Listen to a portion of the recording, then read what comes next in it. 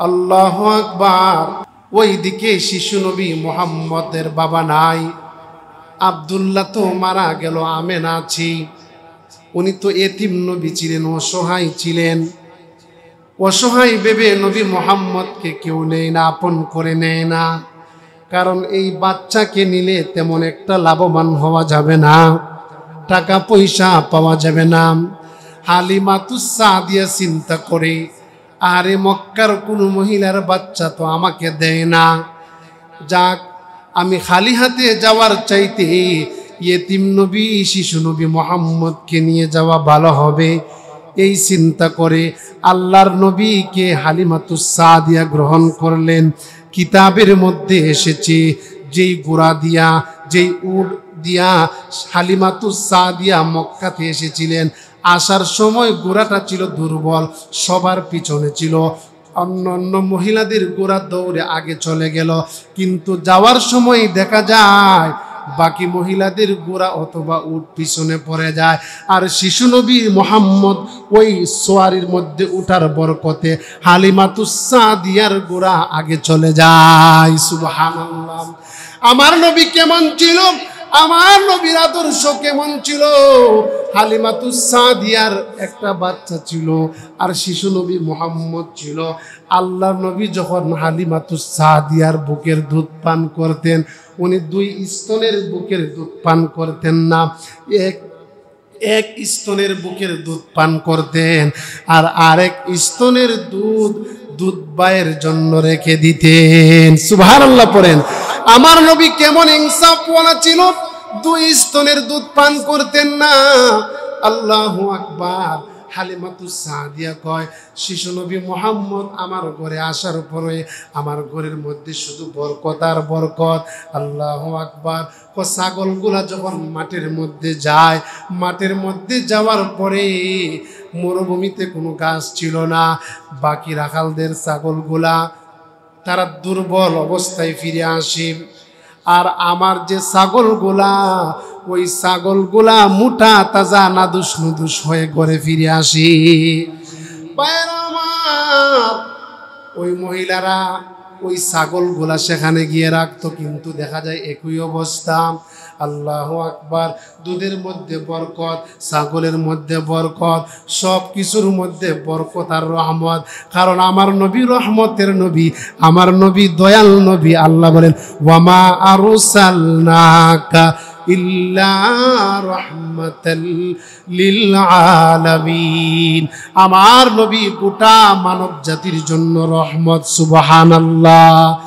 শুধু তাই নয়, আমার নবীর হাতের ছোঁয়া যেখানে লেগেছে সেখানেই রহমত আর বরকত। আমার নবীর সোহবত যে পেয়েছে সে দামি হয়েছে, সে সাহাবী হয়েছে, সে আল্লাহর কাছে সম্মানিত হয়েছে। নবীকে মহব্বত করলে লাভ আছে না নাই? আল্লাহু আকবার।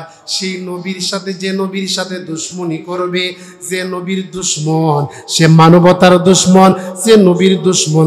তার কোনো ধর্ম পরিচয় থাকতে পারে না, তার কোনো রাজনৈতিক পরিচয় থাকতে পারে না। কথা বলেন ঠিক না বেঠিক? যারা নবীর ইজ্জতকে নিয়ে, সম্মানকে নিয়ে যারা ছোট করে কথা বলে, নবীকে ছোট করে কথা বলে, তারা নবীর দুশ্মন, তারা ইসলামের দুশ্মন, তারা কোরআনের দুশ্মন।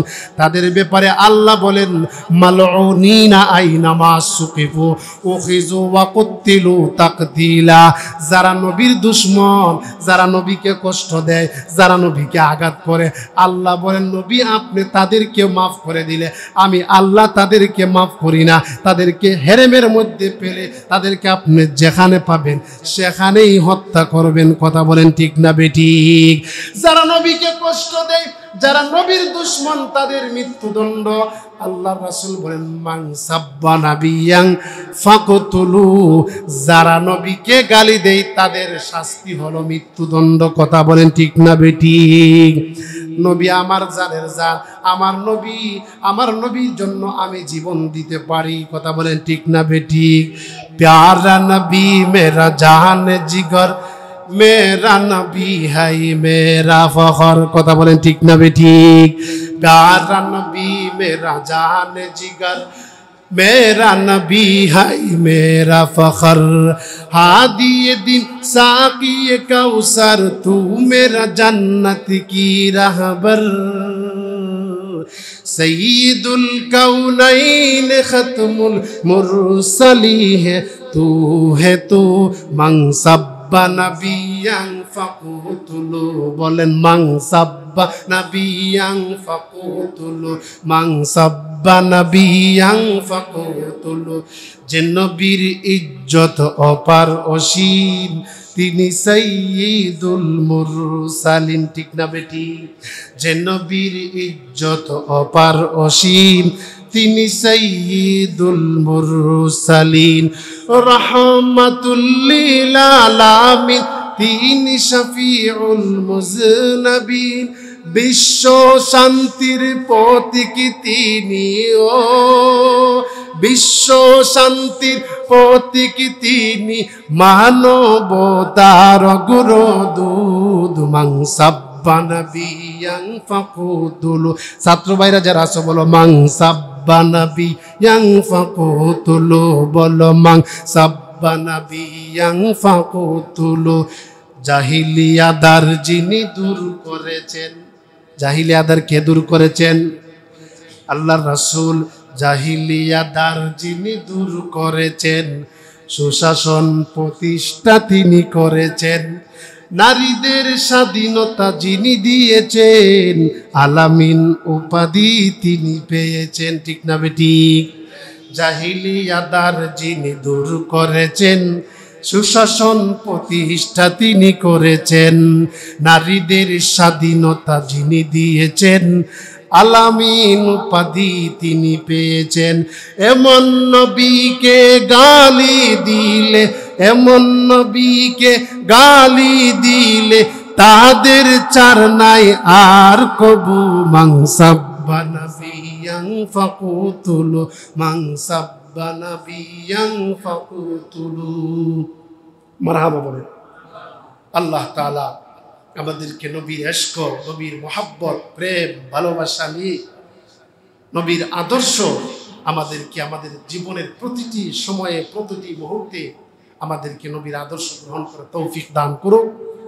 আল্লাহ তাআলা নবীর একজন খাঁটি আশিক হয়ে, উম্মত হয়ে যেন আমরা এই দুনিয়া থেকে বিদায় নিতে পারি, আল্লাহ তাআলা তৌফিক দান করুন।